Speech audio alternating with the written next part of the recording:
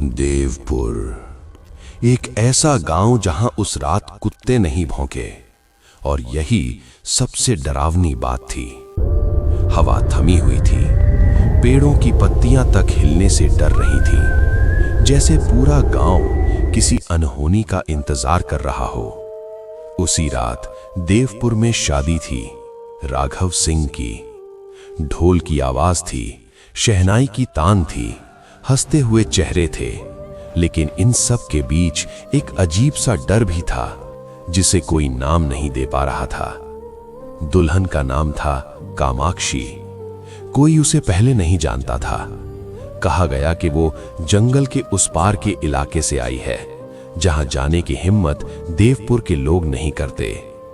मंडप में बैठी कामाक्षी बहुत सुंदर लग रही थी। लाल जोड़ा, सोने के गहने, सिर झुकाए हुए, लेकिन उसकी सुंदरता में कुछ ऐसा था जो बेचैन करता था। वो एक बार भी पलक नहीं झपका रही थी। पंडित मंत्र पढ़ रहे थे कि अचानक हवा ठंडी हो गई। दियों की लौ कांपने लगी। एक बच्चा जोर जोर से रोने लगा। धनिया काकी की नजर दुल्हन के पैरों पर गई और उनके मुंह से अनायास निकल गया, हे राम। कामाक्षी के पांव जमीन को छू ही नहीं रहे थे।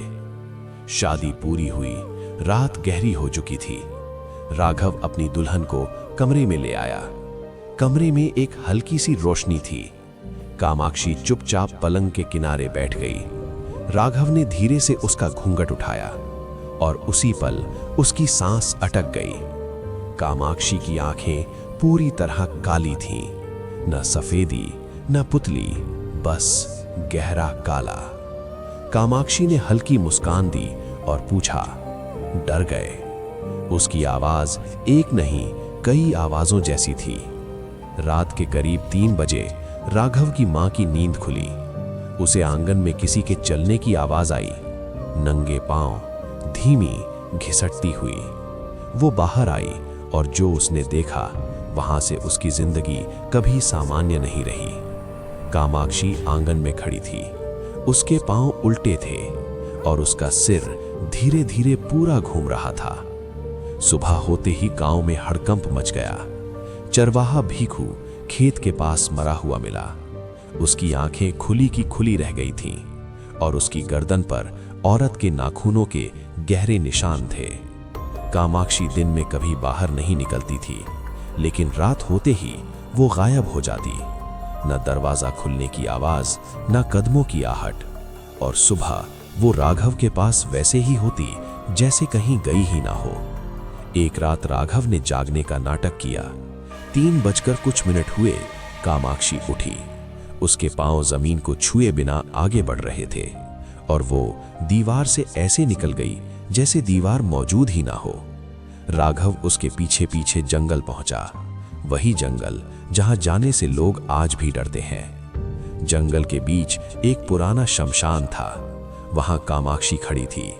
उसके चारों ओर जली हुई लाशें पड़ी थीं। उसने धीरे से कहा, अब देख ही लिया है तो सच भी जान लो। उसका चेहरा बदलने लगा, हड्डियां उभर आईं, बाल हवा में तैरने लगे और उसने कहा, मैं इस गांव की बहू नहीं हूं, मैं इस गांव की सजा हूं। फिर उसने जो कहा, उसने राघव की रूह हिला दी। देवपुर की हर दुल्हन कभी मेरी जैसी ही थी। और तभी जंगल के अंधेरे में पेड़ों के बीच दर्जनों लाल आंखें एक साथ खुल गईं।